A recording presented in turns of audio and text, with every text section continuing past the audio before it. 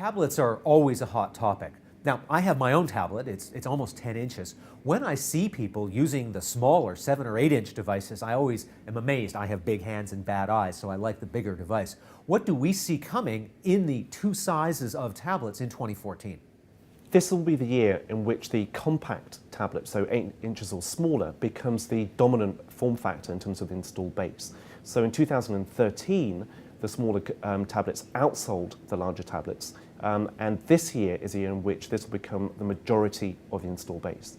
Now, I mean, a lot of people are going to be hearing, diagonal screen size, 8 inch versus 9.7. It doesn't sound like a big difference, but what does it really mean in terms of the user experience? Yeah, so it may not sound like a big difference, but let's bear in mind 7 inches is half the size of a 9.7-inch screen, and 8 inches is about a third smaller than a 10-inch screen. So there are big differences in terms of how much you can view, how easy it is to use, what kind of applications you might be using. So all of these things matter considerably.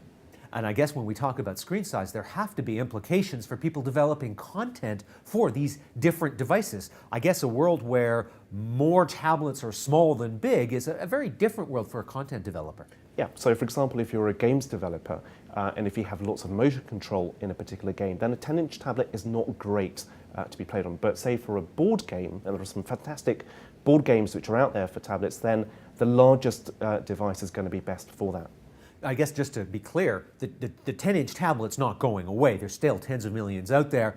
It's just that more of them will be the smaller ones, I guess, for cost and portability.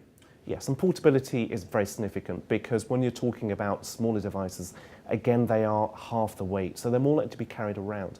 And that's a good thing, say, for the mobile operators who can start selling more bandwidth and more plans addressing that kind of the market, because up till now, the larger form factor have not done that well as expected in terms of mobile broadband.